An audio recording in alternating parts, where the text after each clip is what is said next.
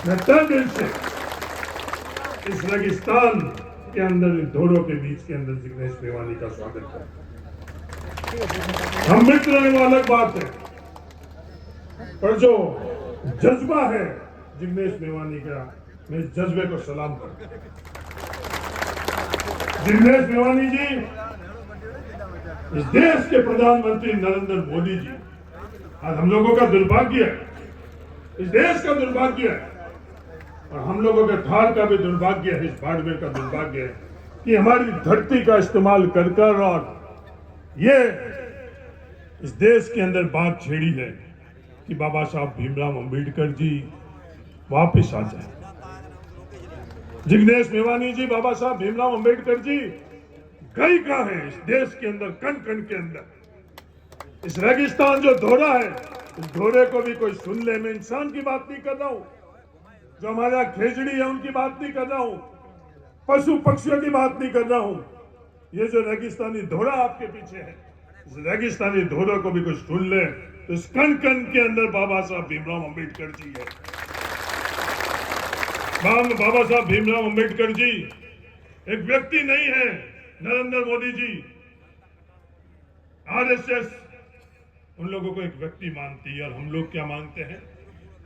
वो ये देश के अंदर संविधान हमको देकर गए, हम लोगों की सांस।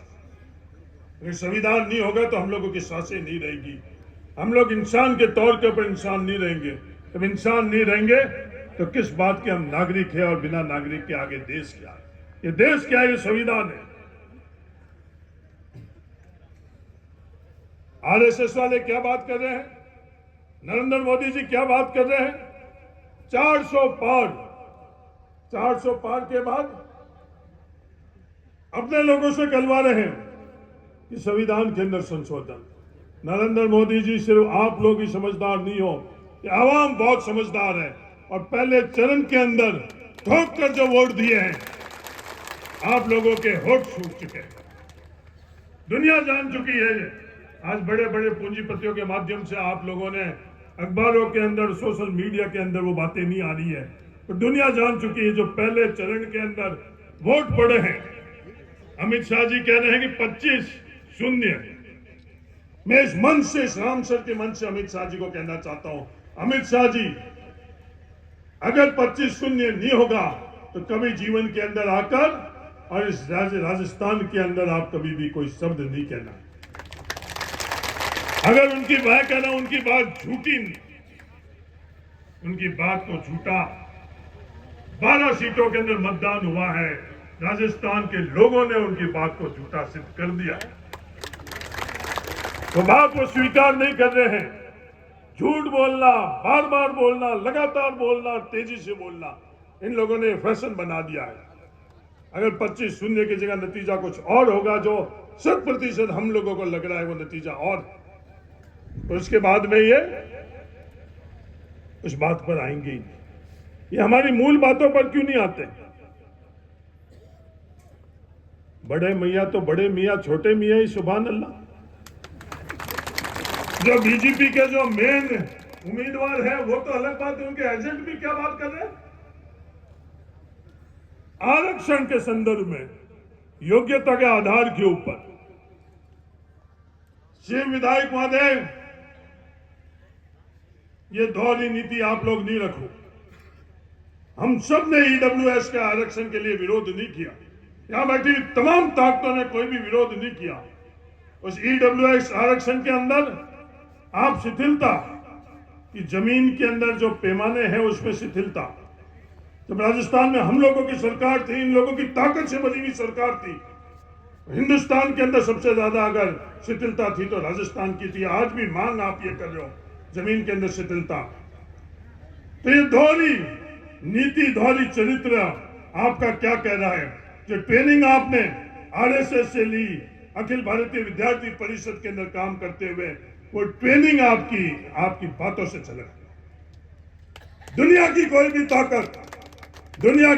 ताकत जब तक इस प्रांगण में बैठे हुए लोगों को एहसास रहेगा, इन जैसे लोगों के इस देश के अंदर सांस रहेगा, इस संविधान के ऊपर अंगुली भी नहीं उठा पाएंगे। बदलना तो क्या बात है। आरक्षण के लिए इनको अहंकार है, कि योग्यता के आधार के ऊपर होना चाहिए। शिव विधायक महोदय, हम लोग आरक्षण नहीं ले रहे, मैं आरक्षण नहीं ले रहा हूं। पिछड़ों का आरक्षण हरीश चौधरी नहीं ले रहा है। आर्थिक तौर पे पिछड़े हुए लोगों को ही उसका अधिकार है, किसी भी प्रकार का ओबीसी का आरक्षण का नहीं है। जब आप लोगों ने आपकी ताकत वोटों के हरीश चौधरी को संसद बनाया तो उसके समय जिग्नेश जी सिंधी मुसलमानों को ओबीसी में करवाने का फैसला करवाया, इन लोगों की ताकत का इस्तेमाल करवाया। और ये जो भारतीय जनता पार्टी के उम्मीदवार और भारतीय जनता पार्टी के एजेंट की कर्नाटका के अंदर जब सरकार थी, कर्नाटक के अंदर सरकार थी, जब इन लोगों ने क्या किया वो सब लोग जानते हैं। एक तरफ तो इन लोगों की ताकत से इन लोगों को आरक्षण मिले, कोई आंदोलन नहीं हुआ जिग्नेश जी, कोई मांग नहीं हुई, पर भविष्य के अंदर सिंधी मुसलमान कैसे मजबूत बन सके, इस सोच से सिंधी मुसलमानों को जब हरीश चौधरी संसद बना और आज ये पूछ रहे हैं कि सिंधी मुसलमानों के लिए क्या किया।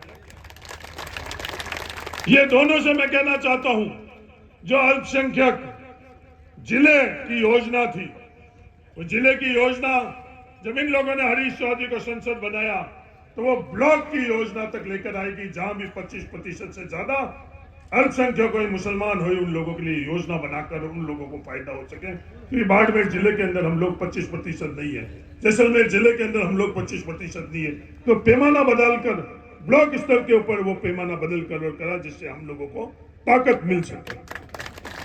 और 10 सालों के अंदर उस योजना का आपने गला घोट दिया। कहने में तो ये जिग्नेश जी, नरेंद्र मोदी जी कहते हैं कि ये देश के पहले गांव है, और फैसले करते वक्त किसी का गला घोटा है तो हम लोगों के हक के वो गला घोटा है। मैं कहने के लिए नहीं कह रहा हूं, पिछला जिला योजना किसने बंद करी? 26 तारीख को वोट देते वक्त आप इस बात को ध्यान में रखना। ये डीएडीपी जिससे हम लोगों को करोड़ों रुपए हम लोगों के लिए मिलते थे, किसने बंद किया? नरेंद्र मोदी जी। पीने के पानी के संदर्भ में ये बात पूछते हैं। दुनिया के अंदर कोई भी एक जिला ऐसा बताओ जिसमें 1 लाख टाका बना हुआ हो, वो जिला बाड़मेर जिले हैं जिसमें 1 लाख टाके बने हुए नरेगा के माध्यम से। कांग्रेस की सरकार ने नरेगा आमदनी बढ़ाई, वो अलग बात, और 1 लाख टाके 50,000 लीटर के। जिग्नेश जी, आप अच्छी तरह से जानते हो, आप हमारे पड़ोसी, हमारा सुख दुख आप जानते हो। कोई भी उदाहरण हो तो ये दोनों बता दे, नरेंद्र मोदी जी के दोनों आदमी बता दे। इनके पास ये बात नहीं। लगातार मैं ये उनसे पूछता आ रहा हूं, अपन मुद्दे की बात करें, अपन काम की बात करें। 2009 से 2014 तक तो हम लोगों के जेब में आमदनी आ रही थी प्रति व्यक्ति औसतन आई, जो 17,078 रुपए से 1,21,953, 7 गुना बढ़ी। आपने 10 साल तक नरेंद्र मोदी जी के दोनों आदमी, आपने 10 साल तक इस बाड़मेर के 36 कौम के लोगों की आमदनी में कितनी बढ़ोतरी करी है, ये जवाब नहीं दे रहे हैं। अभी तक मैं इस जवाब का इंतजार कर रहा हूं। नरेंद्र मोदी जी आ गई, बाकी सब लोग आ गए, पर इस बात का जवाब आज तक नहीं देंगे, क्योंकि इनके पास जवाब है ही नहीं। 7 गुना के तुलना के अंदर 10 सालों के अंदर अगर दुगनी भी कर दी हुई तो भी इन आवाम को, इन लोगों से जिनके बीच में आप वोट मांग रहे, इन लोगों को बताओ, दुगनी तक नहीं करी। इसी रामसर के अंदर भील समाज के यहाँ आयोजन था, यहाँ बैठे हुए कई लोग उसके अंदर थे, मौलवी साहब आप भी थे उसमें। हमारी सरकार थी और क्या बात हुई थी कि इंदिरा गांधी नहर का पानी इस रामसर में नहीं आ पाएगा क्योंकि डीएनपी के अंदर पाबंदी। ये बात उस दिन हुई थी जब मैं संसद था, अमीन साहब उस वक्त एमएलए थे, कि अपने पास कोई दूसरा चारा नहीं इस टाके के अलावा। ये बात हुई थी, सरकारों ने हाथ ऊपर खड़ा कर दिया था, पर आप लोगों की ताकत से जब इंदिरा गांधी नहर के तरफ से डीएनपी में पाबंदी हुई तो नर्मदा के माध्यम से यह रामसर के अंदर पानी पहुंचाया या नहीं पहुंचाया, रामसर के लोग आप लोग देखो। वो अलग बात है कि भारतीय जनता पार्टी की पिछले 5 साल की सरकार थी, उसके अंदर उन्होंने इस योजना को बंद कर दिया। इस बार जब कांग्रेस की सरकार आई तो 5 सालों के अंदर हुआ। सिर्फ बात करने के लिए बात, डीएनपी के सेंटर में ये बात कर रहे हैं। जिस दिन आप लोगों ने, शिव की जनता ने मुझे एमपी बनाया, आचार संहिता का भी इंतजार नहीं किया लोकसभा की, उससे पहले जयपुर के अंदर वहां के जो मंत्री थे, रामलाल जाट उस समय वन मंत्री थे, कोई भी रिकॉर्ड, फोटो, वीडियो से इस बात की तायीद कर सकता है। बैठक कर ये तय कराया कि इस डीएनपी इलाके के अंदर विकास आगे कैसे बढ़ सके। सिर्फ बोलना नहीं, भाषण देना नहीं। और संसद रहते हुए इस डीएनपी इलाके के लिए डेवलपमेंट प्लान स्वीकृत करवाया। उसी डेवलपमेंट प्लान से आज भी अगर विकास हो रहा है, वहां किसी भी प्रकार का विकास हो रहा है, तो डेवलपमेंट प्लान के माध्यम से विकास हो रहा है। ये लोग जानकारी भी इकट्ठा नहीं करना चाहते, ये लोग समझना भी नहीं चाहते हैं, सिर्फ आपस के अंदर भावनाओं को भड़काना चाहते हैं, सिर्फ आपस में विवाद पैदा करना चाहते हैं। और आज क्या कोशिश कर रहे हैं, इनको पता चल चुका है कि ये चुनाव हार रहे हैं, तो देश भर से लोगों को यहां बुला रहे हैं, देश भर से लोगों को बुलाकर और ये प्रयास करने की कोशिश कर रहे हैं कि 26 तारीख को बाड़मेर की जनता साथ में नहीं है, तो भी हम लोग उस मशीन पर बटन फर्जी दबाकर और वोट ले लें। ये भूल चुके हैं 1952 का बाड़मेर नहीं है, ये 2024 का बाड़मेर है। ये जो शेर जिग्नेश मेवानी है, इस शेर का अनुसरण करने वाले बाड़मेर के अंदर ढाणी ढाणी के अंदर जिग्नेश मेवानी की आवाज को बुलंद करने वाले बाड़मेर के अंदर लोग बैठे है या नहीं है।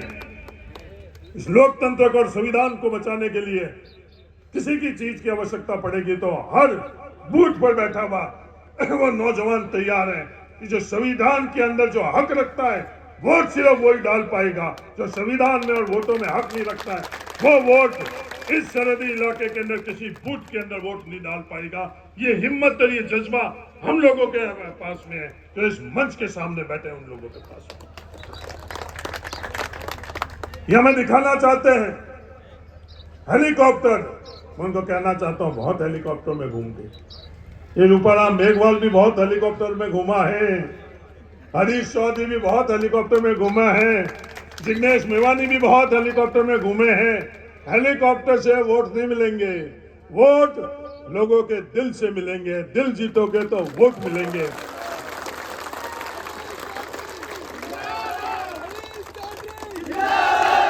ये बात कह रहे हैं ठड़का, किस बात का ठड़का? इस संविधान के अंदर सबका ठड़का है, कोई भी ऐसा आदमी नहीं जिसका ठड़का नहीं है। बाबा साहब भीमराव अंबेडकर जी ने हमको ये अधिकार दिया है, इस देश के हर नागरिक का ठड़का। एक दो जने का ठड़के की व्यवस्था 1952 के अंदर खत्म हो चुकी है। अब इस देश के अंदर कोई नागरिक है जिसको नागरिकता मिली हुई है, हर किसी का ठड़का रहेगा, हर किसी का ठड़का रहेगा। उन लोगों को मैं कहना चाहता हूं कि ये जो कोशिश कर रहे हैं ठड़के ठड़के, तो ये संविधान को नहीं समझ रहे हैं, इस देश को नहीं समझ रहे हैं। किस किस तरह की बातें अपन लोगों के बीच में कर रहे हैं। किसी को तो कहते हैं आप बड़े हो, आप ऊपर, किसी जाति के होने से ऊपर, किसी जाति के नहीं होने से आप नीचे बैठो। ये चीज इस देश में खत्म हो चुकी है। जिस दिन ये देश आजाद हुआ, जिस दिन हमको इस देश का हमको संविधान मिला, उस दिन ये चीज खत्म हो चुकी है कि जाति के आधार और धर्म के आधार के ऊपर कोई ऊपर नहीं है और कोई नीचे नहीं है, सब बराबर है। एक व्यक्ति भी किसी जाति और धर्म का भी है तो भी उसको हक और अधिकार बराबर बनेगा। इस जाजम, इस देश की जाजम के ऊपर उसका हक और अधिकार बढ़ा है। चुनाव लड़ते हुए भी ये बाज नहीं आ रहे, उसके अंदर भी संदेश ये दे रहे हैं, ये परंपराओं से देश नहीं चलेगा, ये देश संविधान से चलेगा। इसका फैसला 26 तारीख को आप लोग करना। आप लोग करोगे या नहीं करोगे? ये देश किससे चलेगा? संविधान से चलेगा। ये देश किसकी ताकत से चलेगा? देश की आवाम की ताकत से चलेगा। जो आवाम की ताकत ये वोट है, जो हक हमको बाबा साहब भीमराव अंबेडकर जी ने दिया, हक जो हम लोगों को संविधान ने दिया, ये देश उससे चलेगा। कई लोग ये बात कर रहे हैं कि साहब एक उम्मीदवार निर्दलीय है, और निर्दलीय है या नहीं है? मेरा आपसे निवेदन है, इस बात की आप लोग जांच कर लो। आपस के अंदर किसी से कोई नाराजगी होगी, असहमति होगी, पर आपस के अंदर नाराजगी का वो जो गुस्सा है, उससे नरेंद्र मोदी की गोद में हमारी ताकत नहीं भेज देना। मेरा आप सब लोगों से ये निवेदन। बहुत बड़ी लड़ाई है, ये साधारण लड़ाई नहीं। इस चुनाव के अंदर अगर किसी से सहमति असहमति होगी, तो आपस में मिलकर उस सहमति असहमति का हिसाब किताब कर लेंगे।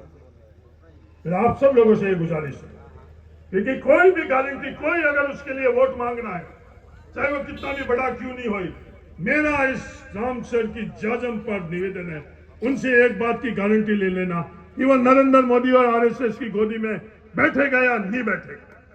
कोई गारंटी दे सकता है तो इस शिव के इस मंच से मैं उसे निवेदन, क्योंकि चैलेंज के तो व्यवस्था बाबा साहब ने खत्म कर दी, अहंकार की खत्म कर दी है। अब तो अपनी बात रख सकता है, और बात हर कोई रख सकता है।